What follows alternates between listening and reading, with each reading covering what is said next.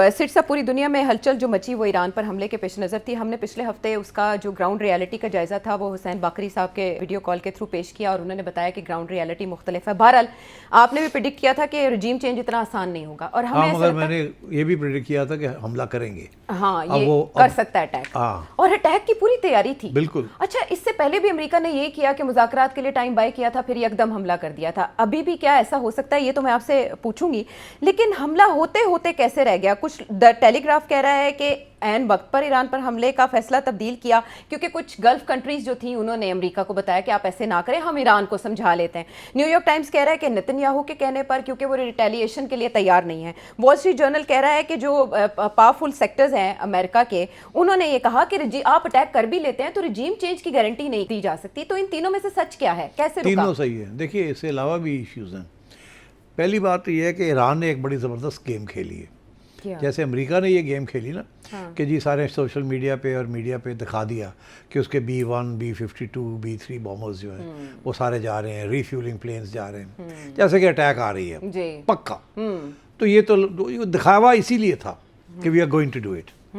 उधर ईरान ने भी एक किया ना, फिर ईरान ने ये कर दिया कि हमारी हाइपरसोनिक मिसाइल्स जो हैं they are ready in targeting Israel and American bases in the region. American bases जो हैं वो सारे आपके एब्राहम अकॉर्ड कंट्रीज के अंदर है ना।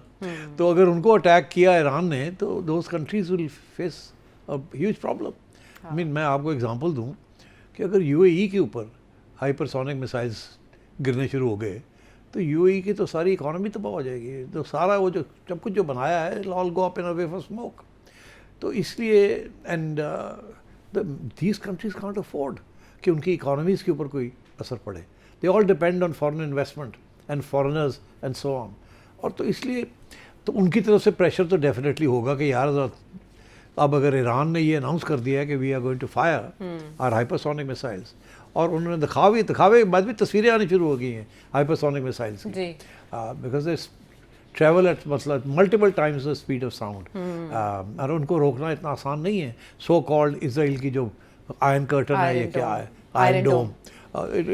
और फिर ये भी सब ने बताया है कि सारी जो आयरन डोम की जो सप्लाई लाइन्स हैं वो अमेरिका से आती हैं। The missiles that are used to drown, to knock out incoming missiles और इनकमिंग एयरक्राफ्ट, तो वो तो सारा अमेरिकन सप्लाई करता है, इसराइल के पास तो नहीं है। अमेरिकन सप्लाईज भी उन्होंने पिछली दफ़ा जब अटैक किया था तो they used up a lot of their stock pile. तो इसलिए देयर इज रियल स्केयर कि अगर रेजीम चेंज नहीं होती और ईरान काउंटर अटैक करता है तो बहुत डेवस्टेशन हो जाएगी मिडल ईस्ट के अंदर, specially on Israel and also in this other Abraham accord countries. अच्छा, 4-5 जो हैं। इसीलिए आई थिंक इसराइल ने भी कहा होगा कि अभी ठहर जाए। आपने कोशिश की रेजीम चेंज करने की, आपने इलॉन मस्क का स्टारलिंक भी चला दिया, इंटरनेट भी रिस्टोर करा दिया, वहाँ प्रोपेगेंडा भी चल रहा है, CIA एजेंट्स भी हैं और डेमोन्स्ट्रेशंस भी हो रहे हैं, मगर उनका कोई असर नहीं हो रहा ज़्यादा। स्टारलिंक को डाउन कर दिया है ईरान ने with the help of Russia and China. तो ईरान खुद तो नहीं कर सकता था, वो टेक्नोलॉजी तो है ही नहीं उनके पास। तो रशियंस एंड चाइनीज़ ने करके उनको बचा लिया फ्रॉम स्टारलिंक।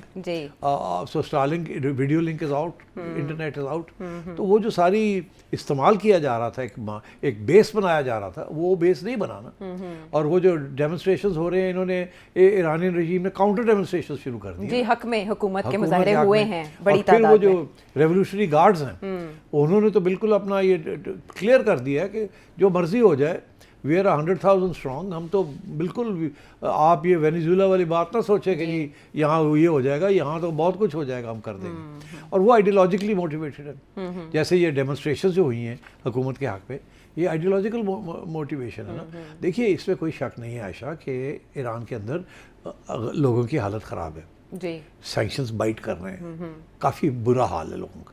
गैस नहीं मिल रही, एनर्जी सप्लाईज नहीं है, बिजली नहीं है, महंगाई है, बहुत हालत ख़राब है बेचारों की। मगर उसके साथ रेजीम चेंज नहीं हो रही। जैसे कि शाह ईरान 1979 में रज़ा शाह पहलवी जब उसको गिराया था, तो उस वक्त जो डेमोन्स्ट्रेशंस हुई थी ऑल अक्रॉस ईरान, देवो उसको रोक नहीं सका था वो, डिस्पाइट हिज गेस्टापो, उसकी बहुत बड़ी इंटेलिजेंस सर्विस थी, बट वो रोक नहीं सका था उनको। आज ही के दिन वो चले गए थे छोड़ के आज, ईरान। आज का दिन जी 16 तो मगर 16 जनवरी। उसके बाद फिर आयतुल्लाह खोनी पेरिस से वापस आए थे जी। और इस्लामिक रेवोल्यूशन हुई थी, because the movement was Islamic. ये मूवमेंट के अंदर सबसे बड़ा प्रॉब्लम ये है कि अगर इस गवर्नमेंट को गिराते हैं, जिसको शायद वो पसंद नहीं करते लोग, बहुत से लोग, मगर वो कहते हैं कि ये तो फिर अमेरिका को तो उससे ज्यादा नफरत करते हैं। एंटी अमेरिका सेंटिमेंट बहुत हाई है ज्यादा वहाँ पे। ना, मर्ग बा अमेरिका। हाँ, बिकॉज उनको पता है कि तारीख के अंदर अमेरिका ने क्या क्या किया है जी। तो इसलिए आई थिंक इस वजह से वो मूवमेंट नहीं बन रही है फॉर रेजीम चेंज। एक दूसरा ये कि ईरान की हेल्प तो रशिया और चाइना कर रहे हैं। अच्छा। और तीसरी बात ये है कि ये आइडियोलॉजिकल रेजीम है, मरने के लिए तैयार है, शहीद होने के लिए तैयार है। बड़ा फ़र्क पड़ जाता है ना आयशा। फॉर एग्जांपल मैं आपको देता हूँ, ये जो शहादत का जो कॉन्सेप्ट है ना, जो इस्लाम के अंदर है, ये आपको बड़ी दिलेरी देता है, बिकॉज यू वेलकम शहादत ना, मौत का खौफ नहीं रहता। इसीलिए आपकी एयरफोर्स, आपकी आर्मी, आपकी नेवी जो है, they much more efficient and much more productive and much more aggressive. वो रिस्क लेते हैं, उन्हें फिक्र नहीं है कि मर जाओगे तो की हो गया, जन्नत ही मिलेगी। हाँ, तो उधर दूसरी साइड पे तो मरना इज उनके लिए जिंदगी सब कुछ है। एब्सोल्युटली। तो इसलिए I think this makes a very big difference, the motivation, ideological motivation of Islamic forces of being a मुसलमान। तो आई थिंक इस किस्म के इश्यूज हैं, डोनाल्ड ट्रंप को समझ आ गई है। और फाइनल पॉइंट ये है कि उनके जो अपने सपोर्टर्स हैं ना, mega supporters, make America great again, वो ये कहते हैं कि आपने तो कहा था you will not go into Wars, हाँ, जंग नहीं करेंगे, लेकिन और वहाँ भी रेजिस्टेंस आ रही है कि ये आप क्या कर रहे हैं, you again going stepping into Wars. और जिसकी वजह से डोनाल्ड ट्रंप कॉन्स्टेंटली एक्सप्लेन कर रहा है कि हमने बूट्स ऑन ग्राउंड नहीं लगने के, बूट्स ऑन। तो ये फिर स्ट्राइक्स करने के साथ क्या होगा, आपने न्यूक्लियर इंस्टॉलेशंस के ऊपर तो पहले स्ट्राइक्स कर ली हैं, चलो आप समझे कि पूरे कामयाब हो गए, क्या उसके साथ कोई मसला हल हुआ है? नहीं हुआ ना। ईरान तो वहीं खड़ा है। तो अब आप क्या करेंगे? अगर आप फिर जाके 2 दिन बमबारी करके आ जाएंगे तो क्या मिलेगा आपको? या तो ये हो कि आप, जैसे आपने उससे पहले डिकैपिटेशन की थी, सारी मिलिट्री लीडरशिप, बहुत से लोगों को मारा था, या तो आप, are you ready for that, are you able to do that अभी भी, कि आप डेसिमेट कर दें the entire leadership of the revolutionary guards and the ayatollahs? वो आप नहीं कर सकते। और मैं, क्योंकि ईरान भी तो समझ गया ना गेम क्या है, उन्होंने भी तो कॉर्नर कर लिया, उनको भी समझ आ गई है CIA एजेंट्स क्या कर रहे हैं, क्या नहीं कर रहे, and they are also now making precautions कि वही चीज़ फिर से ना हो जो पहले हुई थी।